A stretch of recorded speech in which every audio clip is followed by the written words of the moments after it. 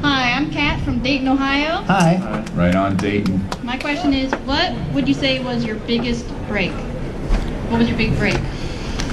Well, I had about 20 minutes between my art show and Q&A here.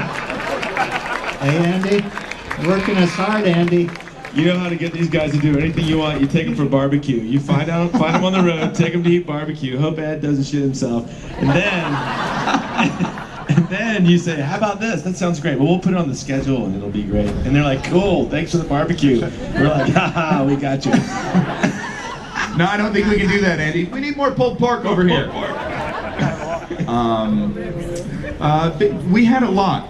You know, early in our career in Canada, we were asked not to play at a Civic-sponsored event, a New Year's Eve show in Toronto, because they said our name objectified women, and it became a huge news story in the country, and we went from selling 400 cassettes a week to 14,000 because we went, you know, it became front page news and it was talked about all over the radio and all over television. So that was a huge initial break in Canada. But there were big breaks, you know, all along the way. Priestley being a huge fan of the band and having us on 90210. That was a huge break, you know. Playing the Peach Pit after dark. Yeah. But there are a lot. Conan O'Brien having us on network television, on late night network television. He was the first one to have us on. Programmers that believed in us. Yeah. His name from Detroit. Garrett. Yeah, I think great, Garrett. Yeah. Anyway, there were a ton. There was no one. We didn't really have one big break. You know, we worked at it so hard that it was more like a series of snaps than one big break. And then when we released Stunt, it was kind of a watershed moment, and everything kind of clicked and fell into place. That's the thing about breaks, is that you don't really know it because we just worked for 20 years. We just kept on working. And that's the blessing, is that we've always had gigs. And so it's hard to notice when the breaks actually happen, because you're just doing the same thing over and over. And the beauty is, what we can control is the live show and our performance and our persona and our songs. And ultimately, at the end of the day, that's what we really have. We don't have a record deal or a television appearance or, you know, a mayor banning us. We have each other and our songs and our show. And that's the only thing we can really control. All the rest of it just kind of happens. Thanks. Thank you. I'm Kristen. I'm from Ann Arbor, Michigan. And I feel like I recognize you. maybe, I may have seen you once or twice. My question is, I know you guys could handle any of your old songs as a four-piece, but are there any songs that you probably are going to retire after Steve's departure, and if so, which ones?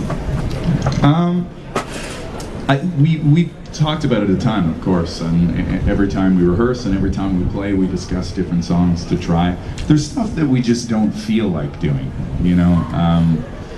We wouldn't have played Break Your Heart if Jason Plum hadn't come to us and said, I really want to sing Break Your Heart. And we said, great, let's do it, you know. There's nothing we feel like we can't do. There's just stuff we don't feel like doing. But that'll change, you know. We have always said never say never about everything. All those songs, you know. There's nothing we won't do. Of course, I guess is the simple answer to that question. We feel like all of our records and all of our songs are Barenaked Ladies songs. Great, thanks guys. Thank you.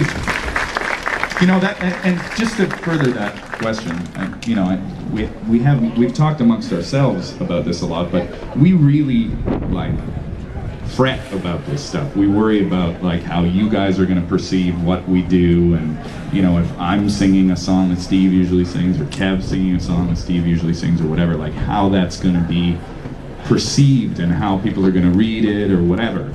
And at the end of the day, it just doesn't matter. You know, we love the music, we're proud of the music, and we thank you for loving it.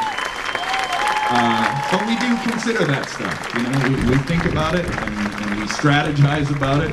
And even, you know, having all these guests up to play with us on the boat is something we were really excited about. But then we go, oh, geez, and maybe people will think that means we can't do it on our own without having a whole bunch of people. And then we go, these people have seen us 50 times. It's just having fun. So cheers, everybody. Thanks for all the support.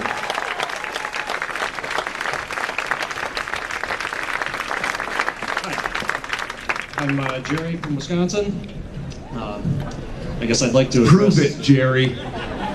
Congratulations. Oh yeah, so He's you got got the a shirt. T-shirt in Cozumel, Yeah, great. and now you can say you're from Wisconsin. Congratulations on your Super Bowl victory.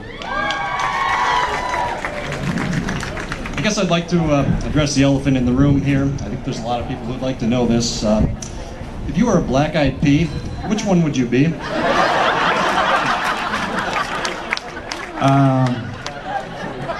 I don't know. Can That's we a- all be Fergie? Who wouldn't want to be Fergie? I wouldn't. Incontinence, that just doesn't turn me on. I think. Is any of them named Tiger Cat? Yeah, because that would work. Okay, can we name that? I can't even name. Will.i.am. Apple, Apple. Fergie, and Totem or something. What's the other guy? Apple. Taboo. That's it. Totem. Taboo, did you say? Taboo. Taboo's the guy who does this. Cool, controversial. You know, I've done plenty of rocking out to the Black Eyed Peas records. My kids and I enjoy them quite a bit. The production's amazing, totally energetic, and you know, but who's not going to pick Fergie? Yeah. Funny story about Fergie. Stacy, she was in a group called Wild Orchid, which is a trio of hot chicks who were, you know, sort of a put together production band. And back in the 90s when we were touring with such acts as 98 Degrees, Wild Orchid, we were on NSYNC. We were on a radio show with them. Wasn't Daniel Boone on that show? Daniel Boone? Pat Boone. Pat Boone. They brought, it was really eclectic. Yeah, Davy Crockett. Jack Horner. Anyway, Stacy back then looked like Pam Anderson, and she was the blonde of the trio. There was like a blonde, a curly hair girl, and a brunette, and she was totally cool. Like she looked like kind of, she would be plastic in Hollywood, but she was really nice, and we actually got along with her great. And then fast forward to 6 or 8 years later, we're on another radio show with Black Eyed Peas. We're about to go through the ceiling. And she comes down to our dressing room and remembers all our names and says hi and, hey, you know, this is going well, and say hi to the other guys and blah, blah, blah. So she's actually a really nice person, and we're happy for her success. Piece of shit out of Wild Orchid, I'll tell you. Plus, being her, you would get to be, she's a great performer, you get to be a great singer, she's a great singer, and you get to be a woman. So that's why we'd all choose Fergie. Yeah. All right, that was our last question. Thank you guys. Give it up for the Barenaked Ladies. We already get to be ladies. Thank you for your questions, everyone. Thank you for joining us on the cruise. Enjoy your last day. Let's have fun. Let's tear the roof off this bitch. Give it up for Andy.